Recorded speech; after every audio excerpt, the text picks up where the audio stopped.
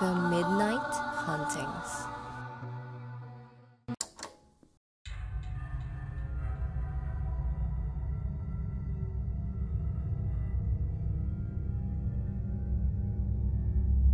Magandang araw mga ka-midnight. Ako si Rex. Ang kwentong ito ay pinadala ng isa nating tagapakinig at ito ay tungkol sa isang lalaki na nagkaroon ng isang kakilalang sabongero kung saan tinuruan siya nito sa misteryo ng kanyang laging pagkapanalo. Ako si Tonton at nangyari ang aking kwento ilang taon na ang nakalipas. Naisipan kong umuwi sa probinsya ng aking ama simula nung magkasakit siya at nais niyang umuwi ako. Laking Maynila ako kaya naman nanibago ako sa mga kaganapan sa probinsya.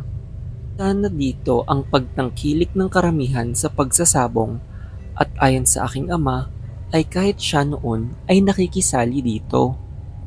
Nung una ay nakikinood-nood lang ako. Ngunit dahil dito ay nagkaroon ako ng mga kakilala at kaibigan. Isa na dito ay ang isang sabongero na si Mang Delio. Isa si Mang Delio sa mga sumasali palagi sa sabong at palagi siyang nananalo. Napagkamalan daw niya akong ahente na taga Maynila kaya niya ako nilapitan dahil nais niyang sumabak sa mas malaking sabungan. Doon kami una naging magkaibigan. Pinaalam niya sa akin na marami siyang koleksyon ng anting-anting na pampaswerte, kaya siya nananalo palagi. Marami na daw ang nagtangkang magnakaw sa kanya, ngunit sa kanya lang tumatalab ang swerte at kamalasan naman ang napupunta sa nagnanakaw ng mga ito. Natatagpo ang patay daw sa karumal-dumal na mga aksidente ang mga nagtatangkang magnakaw ng kanyang anting-anting. Dun ko napagtanto na nababalot ng kababalaghan si Mang Delio at may dalang panganib pala ang aking pakikipagkaibigan sa kanya. Lalo na't maraming nababalita din na nawawalang mga tao sa aming bayan bukod sa mga namamatay sa mga aksidente. Unti-unti kong napagtatanto na nababalot ng kababalaghan ng aming bayan na tila konektado sa isang misteryosong sabongero. Noong mga panahong iyon ay aaminin kong ako ay gipit sa buhay dahil pinapagamot ko ang aking ama at hindi malaki ang sahod sa probinsya. Dahil doon ay naisipan kong maging malapit kay Mang Delio dahil nagbabaka sakali akong ibahagi niya sa akin ang kanyang lihim. Naisip kong baka turuan niya ako ng kanyang paraan sa pagsabong o kaya naman regaluhan ng anting-anting para swertihin din. Wala akong balak magnakaw sa kanya dahil alam ko ang aking magiging kapalaran. Naisipan ko na lang na mas maging malapit sa kanya. Nag-umpisa akong mag-obserba muna sa kanya at sinusundan siya hanggang makauwi sa bahay. Nagdahilan akong siya lang ang aking naging kaibigan sa probinsyang ito bilang taga Maynila. Lingid sa kanyang kaalaman ay nais ko lang alamin ang kanyang sikreto. Matapos ang ilang buwan ng pagsunod kay Mang Delio, ay napansin kong nagpapaalam itong may pupuntahan sa gubat tuwing kabilugan ng buwan. Daladala niya ang mga agimat at ayaw niyang magpasama. Doon ko naisipan na sundan siya. Panay ang kanyang lingon kaya sinigurado kong hindi niya ako makita. Sa panahong iyon ay nasasabik na akong magkaroon ng ideya kung paano siswertihin tulad ni Mang Delio. Maya-maya ay huminto siya sa paglalakad sa masukal na bahagi ng gubat.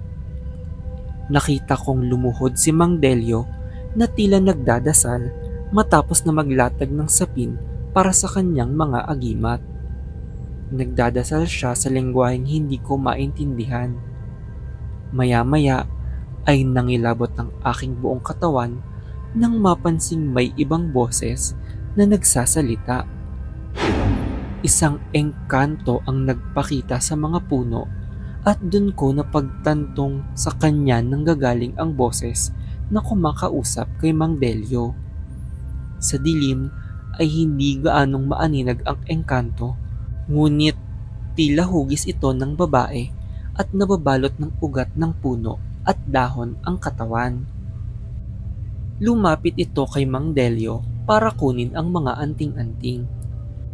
Dun ko naisip na baka ito ang engkantong nagbabasbas sa mga agimat para swertihin palagi si Mang Delio. Matapos nun ay nakarinig ako ng kaluskos at napansin ko na may isang lalaking nakagapos sa damuhan. Nagulat ako dahil biglang kinaladkad ni Mang Delio ang lalaki sabay ginilitan bigla sa leeg. Muntik na akong mapasigaw nang bumulwak ang dugo nito, ngunit dun ko naisip na si Mang Delio din pala ang may kagagawan ng mga nawawalang mga tao sa bayan. Naisip kong malamang ay ito ang kapalit na hinihingi ng engkanto mula kay Mang Delio. Nanais nito ang alay na dugo ng tao, kapalit ang pagbasbas sa mga agimat. Naisip kong kailangan kong makaalis agad nang bigla akong nakatapak ng sanga at nakita ako ni Mang Delio. Nagmamadali akong tumakbo palabas ng kagubatan, ngunit hinahabol ako ni Mang Delio habang sumisigaw siyang sa kanya lang ang swerte at hindi siya papayag na may makaalam ng kanyang lihim. Maya-maya ay nahabol na niya ako nang ako ay biglang nadapa. Inangat ni Mang Delio ang kutsilyo para ako ay saksakin, ngunit nakailag ako. Nagmamakaawa akong wag niya akong saktan dahil nais ko lang naman magkaroon ng kaunting pera para tulungan ng aking pamilya. Tila nanlilisik ang kanyang mga mata at nagbago bigla ang kanyang boses. Tumatawa siya sa ibang boses na tila sinasapian ng engkanto. Nagmamadali akong tumakbo papalayo para humingi ng tulong. Paglingon ko ay tila lumalaban si Mang Delio para hindi siya tuluyang masapian ng maligno. Dumiretso ako sa bayan para ipaalam ang nangyari. Ayon sa isang albularyo doon ay matagal na niyang nararamdamang may kakaiba sa mga agimat ni Mang Delio, ngunit hindi niya akalaing isang engkanto ang magbibigay sa kanya ng mga ito. Hindi kami makapaniwala na handang pumatay si Mang Delio para sa sabong. Pinagdasal namin na ang mga kaluluwa ng mga nabiktima ni Mang Delio matapos naming balikan ng lugar kung saan ko natagpuan ang mga nadakip nito. Doon ako natauhan na tama ang aking desisyon na hindi magpalulong basta-basta sa sugal ng sabong. Dahil may ibang taong nalalamon ng kapangyarihan at pagkaganid, sa puntong handa silang pumatay para lang manatiling mayaman o para palaging manalo. Tulad ng aking naging kakilala na isang sabongero.